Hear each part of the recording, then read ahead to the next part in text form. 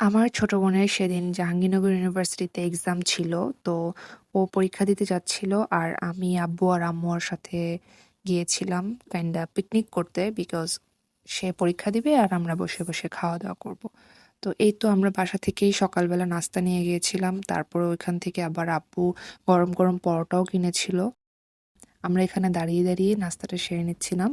বাসা থেকে চাও নিয়ে এসেছিলাম ফ্লাক্সে করে বিকজ আমরা অনেক সকালবেলা বের হয়েছি অ্যাজ আমাদের বাসা থেকে জাহাঙ্গীরনগর ইউনিভার্সিটিতে যেতে অলমোস্ট 2 আওয়ার্সের মতো টাইম লাগে। সো আমরা সেভাবেই প্রিপারেশন নিয়ে গিয়েছিলাম। আর সেদিন একদমই রোদ ছিল না, প্রচণ্ড কুয়াশা আর ঠান্ডা বাতাস ছিল। তো আমার বোন এক্সাম হলে ঢুকে গিয়েছিল। তো ওই মোমেন্টটাতে আমরা মাঠেই কাপড়, কাগজ এগুলো বিছিয়ে বসে ওয়েট করছিলাম। তো আমার বোন এক্সাম হল থেকে বের হয়ে ১ম এই সে ফুচকা খাবে। কারণ তার মাথা গরম হয়েছিল। তার কিছুই কমন পড়ে নাই। আর এটাই স্বাভাবিক। পাবলিক ইউনিভার্সিটিতে চান্স পাওয়াটা পুরাটাই ভাগ্যের বিষয়।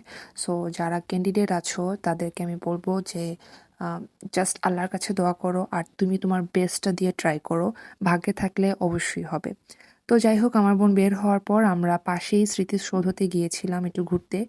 জায়গাটা বেশ খোলামেলা এবং পরিষ্কার ছিল।